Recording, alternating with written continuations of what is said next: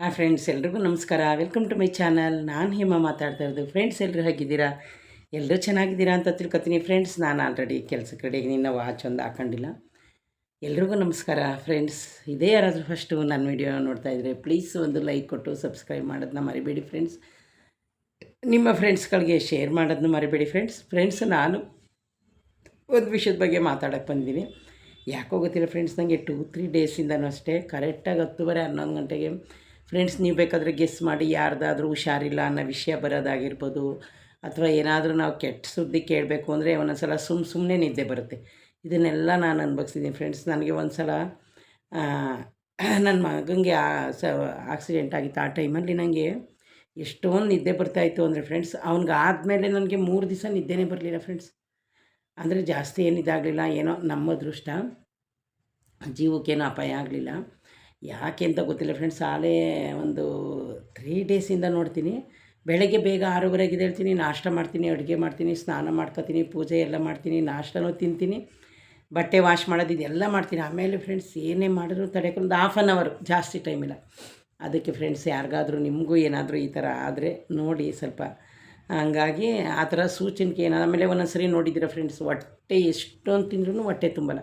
ಈ ಅನುಭವನೂ ನನಗಾಗೈತಿ ಫ್ರೆಂಡ್ಸ್. ಆಮೇಲೆ ನೋಡಿ ಮೊನ್ನೆ ನಮ್ಮ ಫ್ರೆಂಡ್ ಹಸ್ಬೆಂಡ್ ಸತ್ತೋದ್ರನ್ನಲ್ಲ, ಅವರು ಸಾಯೋದೊಂದು 3-4 ದಿವಸ ನನಗೆ ಫ್ರೆಂಡ್ಸ್. ನನಗೆ ಬರೀ ದೇವ್ರಿಗೆ ವಿಗ್ರಹಗಳು, ಆಮೇಲೆ ದೇವ್ರು ಕಾಣಿಸ್ಕೊಂಡ್ರೆ ಒಳ್ಳೆಯದು ಅಂತ ಹೇಳಿದೆ ಫ್ರೆಂಡ್ಸ್. ಆಮೇಲೆ ಚಿಕ್ಕ ಚಿಕ್ಕ ಮಕ್ಕಳು, ಆಮೇಲೆ ಗಂಡ ಸತ್ತೋಗಿರೋರು, ಬರೀ ಇವರೇ ಕಾಣಿಸ್ಕೊತಾಯಿದ್ರು ಫ್ರೆಂಡ್ಸ್ ನನ್ನ ಕನಸಲ್ಲಿ.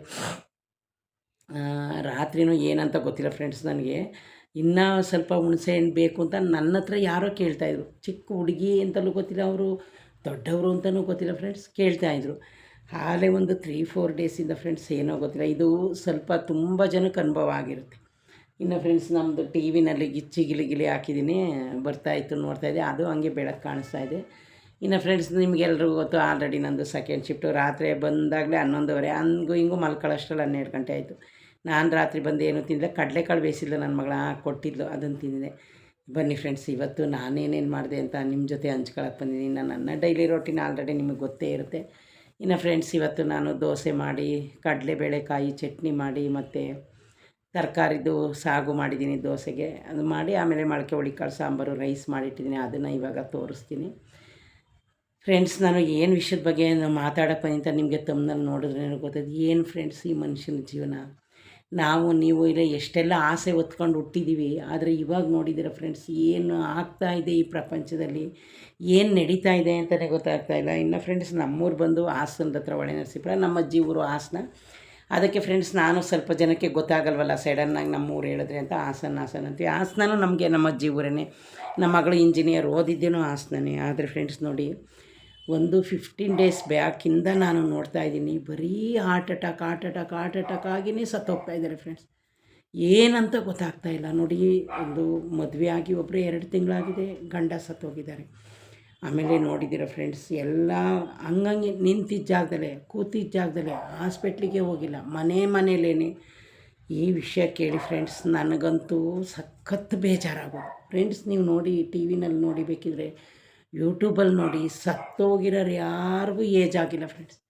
30 ವರ್ಷ, 35 ವರ್ಷ, 40 ವರ್ಷದ ಒಳಗಡೆ ಏನು ಫ್ರೆಂಡ್ಸ್. ಅದನ್ನು ನೋಡಿ, ನಮ್ಮೂರು ಹಾಸನಲ್ಲೇ, ಹಾಸನ ಇದೆ ಕಡೆಯೇ ಏನಿಲ್ಲ ಅಂದರೂ 15-20 ಜನ ಸತ್ತೋಗಿದ್ದಾರೆ ಫ್ರೆಂಡ್ಸ್. ಅದಕ್ಕೆಲ್ಲ ಒಂದೇ ರೀಸನ್, ಹಾರ್ಟ್ ಅಟ್ಯಾಕು. ನೋಡಿ ಈಗ ಬಂದಿರೋದೇನು ಫ್ರೆಂಡ್ಸ್, ಡಾಕ್ಟ್ರ್ ತಾನೇ ಏನು ಮಾಡೋಕ್ಕಾಗುತ್ತೆ ಫ್ರೆಂಡ್ಸ್. ಡಾಕ್ಟ್ರೇನು ದೇವರಾಗಿ ಉಳಿಸ್ಕೊಳಕ್ಕಾಗುತ್ತೆ? ಅವ್ರ ಕೈಲಿ ಎಷ್ಟಾಗುತ್ತೆ ಅಷ್ಟನ್ನು ಮಾಡ್ತಾರೆ. ಈಗ ಹಾಸ್ಪಿಟ್ಲಿಗೆ ಹೋದರೆ ನಾವು ಡಾಕ್ಟ್ರನ್ನ ಬೈಯೋಕ್ಕಾಗುತ್ತಾ? ಡಾಕ್ಟ್ರು ಅವರು ಏನೇನು ಟ್ರೀಟ್ಮೆಂಟ್ ಕೊಡಬೇಕು, ಏನೇನು ಮಾಡಬೇಕೋ ಎಲ್ಲನೂ ಮಾಡ್ತಾರೆ. ಅದನ್ನು ಮಿತಿ ಮೀರಿ ಏನಾದರೂ ಆದರೆ ಪಾಪ ಅವ್ರೇನು ಮಾಡೋಕ್ಕಾಗುತ್ತೆ? ನೀವೇ ಯೋಚನೆ ಮಾಡಿ ಫ್ರೆಂಡ್ಸ್. ನೋಡಿ, ನಾವು ಸಡನ್ನಾಗಿ ಸತ್ತೋದ್ರೆ ಎಲ್ಲರ ಬಾಯಲ್ಲೂ ಬರೋದು ಒಂದೇ ರೀಸನ್ನು, ಏನು ಹೇಳಿ ಅದು? Heart attack. ಏನಾಗಿ ಸತ್ತೋದ್ರು? Heart attack. ಒಂದೇ ರೀಸನ್ ಬರ್ತಾಯಿದ್ದೀವಿ. ಆಮೇಲೆ ನಿಮಗೆ ಫ್ರೆಂಡ್ಸ್ ಇನ್ನೊಂದು ವಿಷಯ ಗೊತ್ತಾ ನಿಮಗೆ? ಫಸ್ಟು ಪುನೀತ್ ಸಾರ್ ಸತ್ತೋದಾಗ ಅವರು ಜಿಮ್ ಮಾಡ್ತಾಯಿದ್ರು, ಅಷ್ಟು ಚೆನ್ನಾಗಿ ಬಾಡಿನ ಇಟ್ಕೊಂಡಿದ್ರು. ಆಗ ಸ್ವಲ್ಪ ಜನ ಏನು ಮಾಡಿದರು, ಇದು ಕೊಡೋಗಿದ್ರು, ಎಲ್ಲಿಗೇಳಿ, ಜಯದೇವ ಹಾಸ್ಪಿಟ್ಲ್ ಕಡೆಗೆ. ನೀವು ಬೇಕಾದರೆ ಗೆಸ್ ಮಾಡಿ. ಇವಾಗಂತೂ ಫ್ರೆಂಡ್ಸ್ ಫುಲ್ ಎಲ್ಲ ಜನನೂ ಜಯದೇವ ಹಾಸ್ಪಿಟ್ಲ್ ಕಡೆಗೆ ತಿರ್ಕೊಬಿಟ್ಟಿದ್ದಾರೆ. ಯಾಕೆಂದರೆ ಫ್ರೆಂಡ್ಸ್ ನೋಡಿ, ಯಾವತ್ತಾದರೂ ಒಂದಿನ ನಾವು ಸತ್ತೇ ಸಾಯ್ತೀವಿ, ನಾವು ಸಾಯ್ತೀವಿ, ನೀವು ಸಾಯ್ತೀವಿ. ಇರೋಷ್ಟು ದಿವಸನಾದರೂ ಜೀವ ಉಳಿಸ್ಕೋಬೇಕು ಅಂತ ಆಸೆ ಎಲ್ರಿಗೂ ಇರುತ್ತೆ ಫ್ರೆಂಡ್ಸ್. ನನಗೂ ಇರುತ್ತೆ, ನಿಮಗೂ ಇರುತ್ತೆ, ಈ ಮಾನವ ಜನ್ಮದಲ್ಲಿ ಹುಟ್ಟಿರೋ ಪ್ರತಿಯೊಬ್ಬ ಮನುಷ್ಯನಿಗೂ ಇರುತ್ತೆ. ಆಮೇಲೆ ಫ್ರೆಂಡ್ಸ್, ಇವಾಗ ನೋಡಿದ್ದೀರಾ ಎಷ್ಟೊಂದು ಜನ ಜಯದೇವ ಹಾಸ್ಪಿಟ್ಲಲ್ಲಿ ಕ್ಯೂ ನಿಂತಿದ್ದಾರೆ ಹಾರ್ಟ್ ಚೆಕ್ ಮಾಡಿಸ್ಕೊಳ್ಳೋಕ್ಕೆ. ಯಾಕೆ ಅಂದರೆ ನೀವೇ ನೋಡಿ, ಎಷ್ಟು ಚಿಕ್ಕ ವಯಸ್ಸವರು, ವಯಸ್ಸಿರೋರು ಎಲ್ಲರೂ ಈ ಥರ ಸಾಯ್ತಾ ಇರೋದಕ್ಕೆ ಈ ಮನುಷ್ಯನ ಜೀವನಕ್ಕೆ ಸ್ವಲ್ಪ ಭಯ ಹುಟ್ಬಿಡ್ತು. ನಾವ್ಯಾವತ್ತು ಸತ್ತೋಯ್ತೀವೋ ಗೊತ್ತಿಲ್ಲ, ಅದಕ್ಕಿಂತ ಮುಂಚೆ ನಾವು ತೋರಿಸ್ಕೋಬೇಕು ಅಂತ ಒಂದು ಇದ್ದೇ ಇರುತ್ತಲ್ಲ ಫ್ರೆಂಡ್ಸ್, ಎಲ್ರಿಗೂ ನಿಮಗೆ ಗೊತ್ತು. ಹಂಗಾಗಿ ಫ್ರೆಂಡ್ಸ್, ಎಷ್ಟೊಂದು ಜನ ಜಯದೇವ ಹಾಸ್ಪಿಟ್ಲಿಗೆ ಹೋಗಿದ್ದಾರೆ ಅಂತ ನೀವೇ ನೋಡಿ, ಅಷ್ಟು ಜನ ಹೋಗ್ತಾ ಇದ್ದಾರೆ. ಯಾಕೆ ಅಂದರೆ ಫ್ರೆಂಡ್ಸ್, ಈ ಥರ ಆಗೋಯ್ತಲ್ಲ, ಹಿಂಗೆ ಸಡನ್ನಾಗಿ ಹಾಸನಲ್ಲಿ ಸತ್ತೋಗ್ತಾ ಇದ್ದಾರಲ್ಲ, ಜನಕ್ಕೆ ಭಯ ಹುಟ್ಟಿತು ನೋಡಿ ಫ್ರೆಂಡ್ಸ್. ಈಗ ಕರೋನಾದಲ್ಲಿ ನಿಮಗೆ ಗೊತ್ತು, ಊಟ ಹಾಕೋಕ್ಕೆ ಮನುಷ್ಯನ ಜಾಗ ಇಲ್ಲ, ಸುಡೋಕ್ಕೂ ಜಾಗ ಇಲ್ಲ, ಅಷ್ಟೊಂದು ಜನ ಸತ್ತೋದು, ನಿಮಗೂ ಗೊತ್ತು, ನಮಗೂ ಗೊತ್ತು.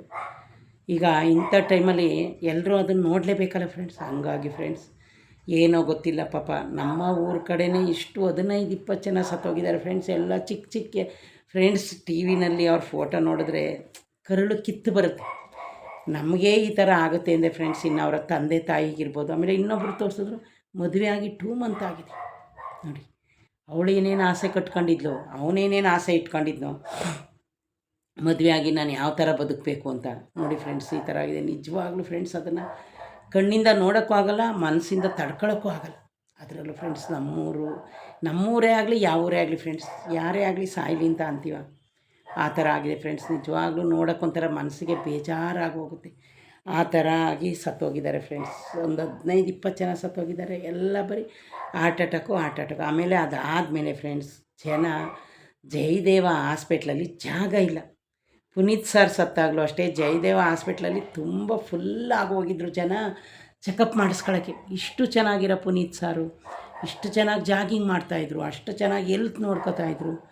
ಪುನೀತ್ ಸಾರ್ ಈ ಥರ ಸತ್ತೋದ್ರಲ್ಲ ಅಂತ ಅಂದ್ಬಿಟ್ಟು ಜನ ಬರೀ ಜಯದೇವ ಹಾಸ್ಪಿಟ್ಲ್ ಕಡೆಗೆ ತಿರ್ಕೊಬಿಟ್ರು. ಹಂಗಾಗಿ ನೋಡಿ ಫ್ರೆಂಡ್ಸ್, ಎಷ್ಟು ಈ ಮನುಷ್ಯಂದು ನೀವೇ ಯೋಚನೆ ಮಾಡಿ, ಎಲ್ಲರೂ ಜಯದೇವ ಹಾಸ್ಪಿಟ್ಲ್ ಕಡೆ ತಿರ್ಕೊಬಿಟ್ರು. ಹಂಗಾಗಿ ಪಾಪ ಫ್ರೆಂಡ್ಸ್ ನೋಡಿ, ಇಷ್ಟೊಂದು ಈ ಥರ ಆಗಿದೆಯಲ್ಲ, ಅದೇ ನಾನು ಮನಸ್ಸಲ್ಲಿ ಅನ್ಕೋತೀನಿ, ಏನು ಮನುಷ್ಯನ ಜೀವನ ಏನಂತ ತಿಳ್ಕೊಳ್ಳೋದು. ಈ ಥರ ಹಿಂಗೆ ಸಡನ್ನಾಗಿ ಯಪ್ಪ, ನಿಜವಾಗ್ಲೂ ಫ್ರೆಂಡ್ಸ್, ಅದು ನೆನೆಸ್ಕೊಂಡ್ರೆ ಭಯ ಆಗುತ್ತೆ ಪಾಪ ಫ್ರೆಂಡ್ಸ್. ಎಷ್ಟೊಂದು ಆಸೆ ಇಟ್ಕೊಂಡಿರ್ತಾರೆ. ಹಂಗಾಗಿ ಫ್ರೆಂಡ್ಸ್ ನೋಡಿ, ನಾವು ಯಾರು ಹೆದರಿಕೋಬಾರ್ದು. ಯಾಕೆ ಹೆದರ್ಕೋಬೇಕು ನೋಡಿ, ನಮ್ಮ ಹಣೆಯಲ್ಲಿ ಎಷ್ಟು ವರ್ಷ ಬದುಕಿ ಬರಬೇಕು ಅಂತ ಬರೆದಿತ್ತು. ಈಗ ಒಂದು ದೇವರು ಅವನ ಮೇಲೆ ಹೆಂಗೆ ಹೊರೆ ತಗೊಳಕ್ಕಾಗುತ್ತೆ, ಅದಕ್ಕೋಸ್ಕರ ಹಾರ್ಟ್ ಅಟ್ಯಾಕ್ ಅನ್ನೋದೊಂದು ಹುಟ್ಟಿಸ್ಕೊಂಡಿದ್ದೀವಿ. ಈಗ ಫ್ರೆಂಡ್ಸ್, ನಾವು ಹಾಸ್ಪಿಟ್ಲಿಗೆ ಕರ್ಕೊಂಡು ಹೋಗ್ತೀವಿ, ಡಾಕ್ಟ್ರ್ ಏನು ಮಾಡೋಕ್ಕಾಗುತ್ತೆ, ಟ್ರೀಟ್ಮೆಂಟ್ ಕೊಡ್ತಾರೆ, ಎಲ್ಲನೂ ಮಾಡ್ತಾರೆ. ಅದ್ರ ಮೇಲೆ ಅವ್ರೇನು ಮಾಡೋಕ್ಕಾಗುತ್ತೆ ಫ್ರೆಂಡ್ಸ್, ಪಾಪ ಅವ್ರ ಕೈಯಲ್ಲಿ ಏನಿರುತ್ತೆ. ಒಬ್ಬೊಬ್ರು ಏನಾರ ಹಾಸ್ಪಿಟ್ಲಿಗೆ ಸತ್ತೋದ್ರೆ, ಅಯ್ಯೋ ಟ್ರೀಟ್ಮೆಂಟ್ ಸರಿಯಾಗಿ ಕೊಡಲಿಲ್ಲ, ಅದಕ್ಕೆ ಇದಕ್ಕೆ ಅಂತ ಮಾತಾಡ್ಕೋತೀವಿ. ಅದೆಲ್ಲನೂ ಸುಳ್ಳು ಫ್ರೆಂಡ್ಸ್. ನಾನು ನನ್ನ ಮನಸ್ಸಲ್ಲಿರೋದನ್ನ ಹೇಳ್ತಾಯಿದ್ದೀನಿ, ಅದೆಲ್ಲ ಸುಳ್ಳು. ಯಾಕೆ ಗೊತ್ತಾ, ಡಾಕ್ಟ್ರು ನಮ್ಮ ಥರ ಮನುಷ್ಯರು, ಅವರು ಓದಿದ್ದಾರೆ. ಒಂದೊಂದ್ಸರಿ ಚೆನ್ನಾದಾದ, ಅಯ್ಯೋ ಡಾಕ್ಟ್ರು ಉಳಿಸ್ಕೊಟ್ರು, ಡಾಕ್ಟ್ರಿಂದಲೇ ನಮ್ಮ ಜೀವ ಉಳಿತು ಅಂತೀವಿ. ಕೆಟ್ಟದ್ದಾದಾಗ ಯಾಕೆ ಅವ್ರನ್ನ ಬೈಬೇಕು ನಾವು?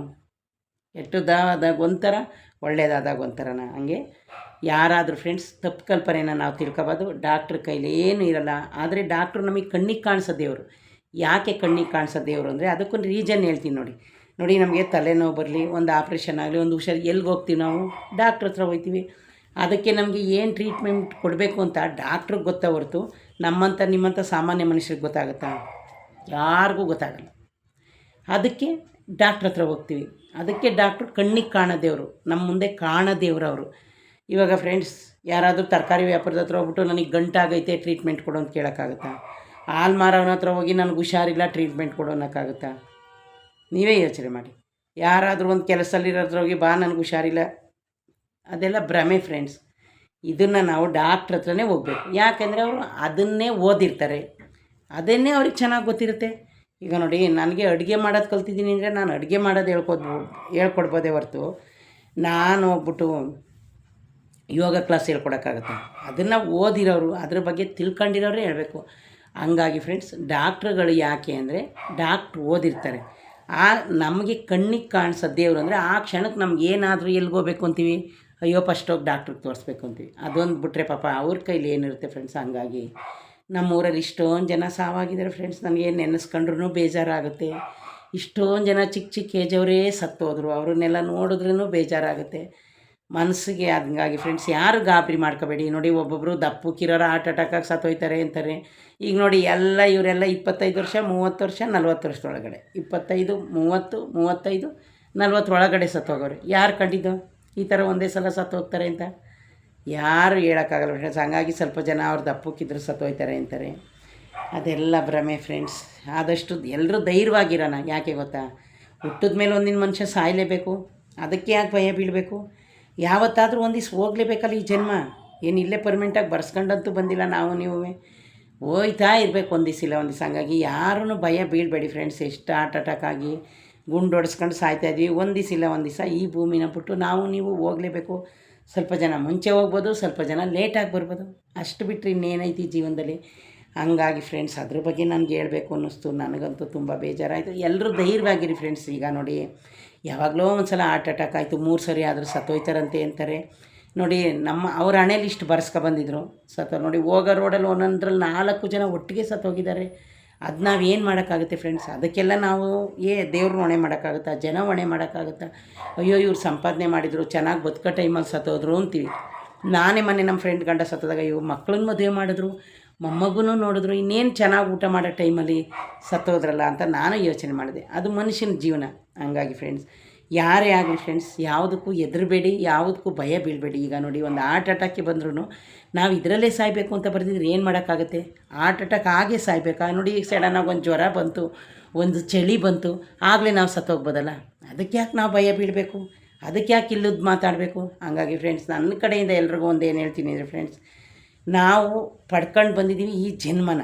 ಆದರೆ ಇಷ್ಟೇ ವರ್ಷ ಇರಬೇಕು, ನಾನು ಇಷ್ಟೇ ದಿನ ಬದುಕಬೇಕು, ನನಗಿಷ್ಟೇ ಆಯಸ್ಸು ಬರ್ಕೊಡು ಅಂತ ಯಾರೂ ಕೇಳ್ಕೊಬಂದಿಲ್ಲ. ನೀವು ಕೇಳ್ಕೊಬಂದಿಲ್ಲ, ನಾವು ಕೇಳ್ಕೊಬಂದಿಲ್ಲ, ಯಾರೂ ಕೇಳ್ಕೊಬಂದಿಲ್ಲ. ಆ ಟೈಮಲ್ಲಿ ಏನಾಗಿ ನಾವು ಸಾಯಬೇಕು ಅಂತ ಅವತ್ತು ಬರ್ದವನೇ. ಅದನ್ನು ನಾವು ನೋಡಿಲ್ಲ, ನೀವು ನೋಡಿಲ್ಲ. ಆ ಟೈಮ್ಗೆ ಏನೋ ಒಂದು ಅವನ ಮೇಲೆ ದೇವರು ಹೊರೆ ತಗೋಬಾರ್ದು. ಅಷ್ಟು ಬಿಟ್ಟರೆ ಫ್ರೆಂಡ್ಸ್, ಯಾರು ದಯವಿಟ್ಟು ಭಯನೂ ಬೀಳಬೇಡಿ. ಯಾರು ಏನು ತಲೆ ಕೆಡಿಸ್ಕೊಡಿ. ಎಷ್ಟು ಹಾರ್ಟ್ ಅಟ್ಯಾಕ್ ಆಗಿ ಸಾಯಲಿ, ಏನೇ ಸಾಯಲಿ, ನಾವು ಒಂದಿನ ಸಾಯಲೇಬೇಕು. ಋಣ, ಒಂದು ಗಾದೆ ಮಾತಿರೋ ಫ್ರೆಂಡ್ಸ್, ಹಣ ಇದ್ರೂ ಫ್ರೆಂಡ್ಸ್ ನಮಗೆ ಋಣ ಇದ್ದೇ ಅಷ್ಟೇ ಅಂತೆ ಬಾಳೋದು ನಾವು. ಹಣ ಎಷ್ಟೇ ಕೋಟಿ ಇದ್ರೂ ಹಣವಿದ್ರೂ ಋಣವಿದ್ದಷ್ಟೇ ಬಾಳು ಬಿಡು ಅಂತ ಅಂತಾರೆ. ಹಳ್ಳಿ ಕಡೆ ನೋಡಬೇಕು ನೀವು. ಅಯ್ಯೋ ಹಣ ಇದ್ದರೂ ಋಣವಿದ್ದಷ್ಟೇ ಬಾಳು ನಮ್ಮದು ಅಂತಾರೆ. ಹಂಗಾಗಿ ಫ್ರೆಂಡ್ಸ್, ಯಾರು ದಯವಿಟ್ಟು ಯೋಚನೆ ಮಾಡಬೇಡಿ, ತಲೆನೂ ಕೆಡಿಸ್ಕೋಬೇಡಿ.